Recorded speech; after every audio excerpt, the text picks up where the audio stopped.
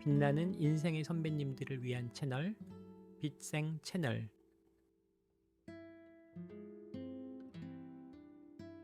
하루가 거의 끝나갈 무렵 조용히 틀어두고 듣기 좋은 이야기를 전하고 싶었습니다. 이곳에서는 선배님들의 사연을 크게 꾸미지 않고 그렇다고 가볍게 넘기지도 않고 있는 그대로 읽어드리고 있습니다. 저는 그 이야기를 대신 전해드리는 송PD입니다. 오늘 들려드릴 이야기도 정답을 찾기 위한 이야기는 아닙니다. 다만 혼자만 가지고 있기엔 조금 버거웠을 마음을 잠시 내려놓는 시간이 되었으면 합니다. 세 번째 사연, 이대로 살아도 될까요? 그날도 집은 조용했다. 조용하다는 건 평화롭다는 뜻이 아니라 이미 아무도 기대하지 않는다는 뜻이었다. 아내는 식탁에 앉아 혼자 저녁을 먹고 있었다. 반찬은 2가지뿐이었다. 남편은 퇴근 후 아무 말 없이 안방으로 들어가 문을 닫았다. 아내는 숟가락을 내려놓고 혼잣말처럼 말했다. 너야. 예전엔 늦게 들어오면 걱정했고 연락이 없으면 화가 났다. 지금은 아무 감정도 들지 않았다. 아내는 그게 가장 무서웠다. 그녀의 나이 53. 거울을 볼 때마다 자신의 얼굴에서 여자가 아니라 엄마와 아내만 보였다. 남편은 55. 회사에서는 여전히 팀장님이었지만 집에서는 필요 없는 사람이 된 기분이었다. 둘 사이의 균열은 아주 사소한 곳에서 시작됐다. 아내가 어느 날 휴대폰을 내려놓고 말했다. 나 이제 나를 위해 살고 싶어. 남편은 고개도 들지 않은 채 대답했다. 지금도 잘 살고 있잖아. 그 한마디에 아내의 심장이 내려앉았다. 역시 아무것도 모르는구나. 그날 이후 아내는 외부 활동을 늘렸다. 필라테스, 독서 모임, 늦은 저녁 약속. 처음엔 남편도 신경 쓰지 않았다. 그러다 어느 날 아내가 웃으며 통화하는 모습을 우연히 보게 됐다. 그 웃음은 집에서 보던 얼굴이 아니었다. 남편은 처음으로 질투라는 감정을 느꼈다. 누구야? 아내는 짧게 대답했다. 모임 사람이야. 남편은 더 묻지 않았다. 하지만 머릿속은 이미 최악의 상상으로 가득 찼다. 그날 밤 남편은 아내의 등을 보며 누웠다. 손을 뻗으면 닿는 거리. 하지만 손을 뻗지 않았다. 그들 사이엔 이미 수년간 쌓인 보이지 않는 벽이 있었다. 며칠 뒤 남편은 우연히 아내의 가방에서 카페 영수증을 발견했다. 둘이 마신 흔적, 2잔. 그는 그 자리에서 영수증을 구겨버렸다. 분노보다 굴욕이 먼저였다. 난 뭐였지? 그날 저녁 남편은 처음으로 목소리를 높였다. 요즘 왜 이렇게 늦어? 아내는 피곤한 얼굴로 신발을 벗으며 말했다. 당신한테 보고해야 해? 그 말에 남편의 자존심이 산산이 부서졌다.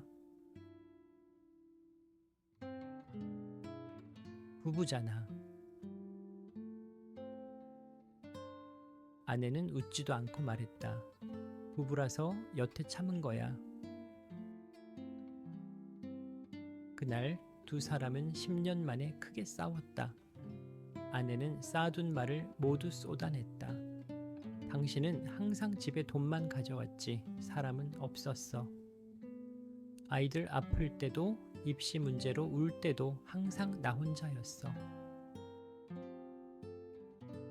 남편은 아무 말도 못했다. 그의 침묵은 늘 그랬듯 아내를 더 미치게 만들었다.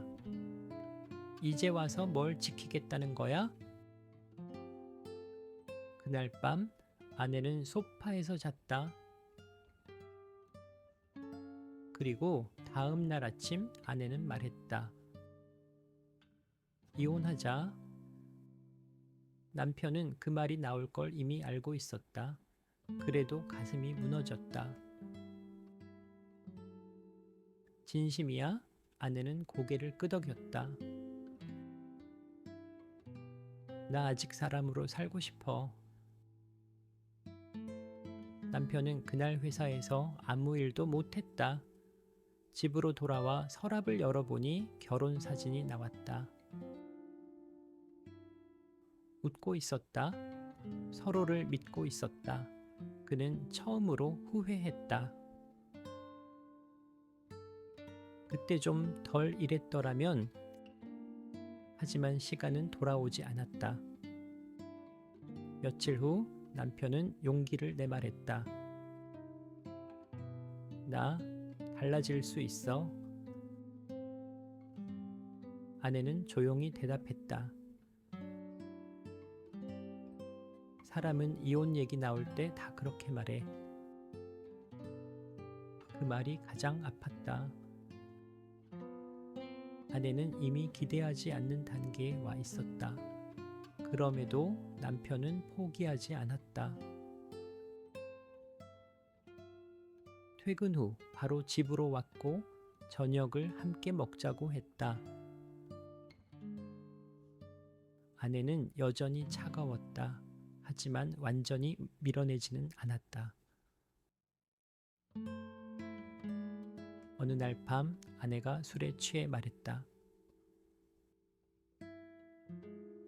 나 당신이 아니라 내 인생에 싫었어. 남편은 처음으로 아내를 안았다. 그녀는 그 품에서 울었다. 아직 끝난 건 아니었다. 이혼 서류는 식탁 위에 놓여 있었고 서명만 남아 있었다.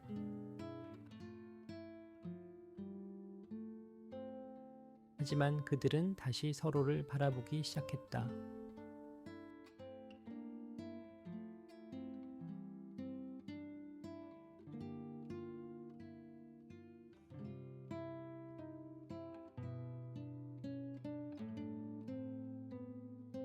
우리는 종종 부부 사이의 위기를 큰 사건에서 찾으려 합니다.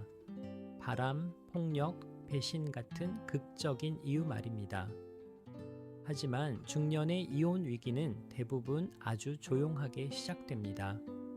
말을 안 하게 되고 기대하지 않게 되고 결국 상처받을 일조차 없어지는 순간, 그때부터 사랑은 끝난 게 아니라 관계가 멈춘 겁니다. 이 이야기 속 부부도 서로를 미워해서가 아니라 각자 너무 오래 혼자였기 때문에 이별을 고민하게 됩니다. 중년이 되면 사람은 더 이상 새로운 사랑을 원하기보다 나도 아직 사람인가? 라는 질문을 하게 됩니다. 그래서 상대의 무관심은 배신보다 더 깊은 상처가 됩니다.